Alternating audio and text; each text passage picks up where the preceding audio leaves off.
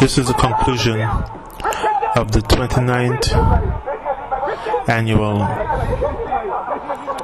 Anguilla Day boat race. It's the most prestigious boat race in the calendar year for Anguilla. It opens the annual season as well. This race begins in sandy ground. It goes around the entire island, and it concludes some 4 to 5 hours later back in sandy ground. What we're witnessing now is the conclusion of this prestigious race. This year, the race has 15 boats. The defending champion is the Superstar.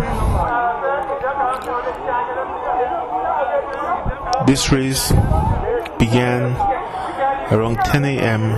and we are presently at just around 3 p.m. and we are witnessing the conclusion. There are 2 boats in the front. These boats are the ones that are in your lower left hand screen. Those 2 boats, one of those 2 will win. They are perhaps about 5 minutes ahead of the 3rd place boat at this point. These races are very strategic.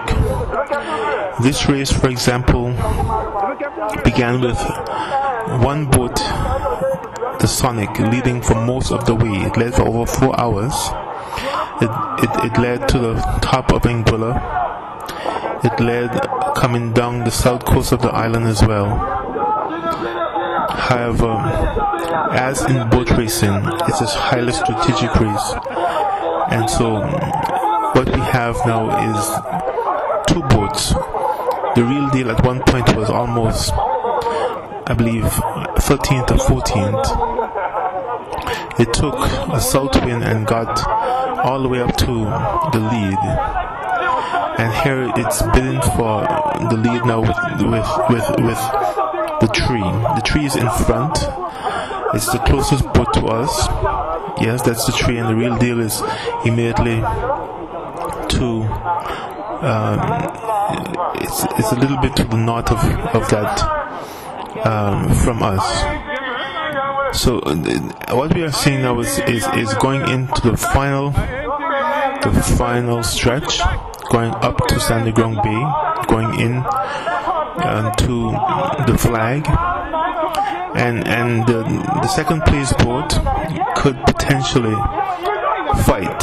What that means is that he could tack, but apparently what we're seeing now is he's already conceded, and he's not going to fight. He's going to allow the first place boat to go ahead and win.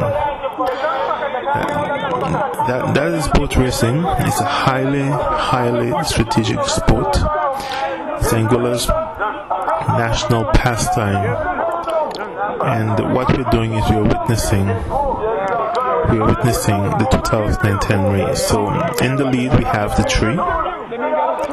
In second place we have the real deal. And on a closer analysis of that race, previously, perhaps at the 7-minute mark before the conclusion, the real deal had the opportunity to win.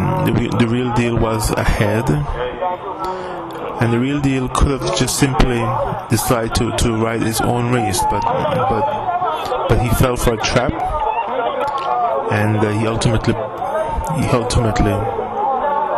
paid the price for falling for that trap. And so what we have is we have the victor, the tree, second place the real deal, third place the Superstar. The Superstar has already passed us, and what we're having now is we're having a fight for 4th and 5th place. And this is what they call a hard lead. Now the 5th place boat said draw. What that means is that he decided not to engage in the hardly. Hardly is basically a strategy of aggressively taking over the lead or getting ahead. So there you have it. You have 3 boats at the end of the tree. You have the real deal, and you have the superstar. Those boats are safely in. Now what we are having here is a fight. This is a fight for the 4th, 5th and 6th places in this most prestigious boat race. And presently the boats are very close,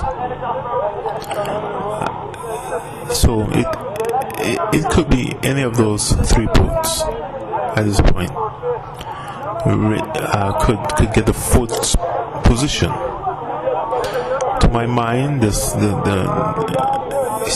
there you have it. You see, you have the middle boat now drifting a little bit or falling a little bit back, but still that middle boat is most likely the one that will come in the 4th position.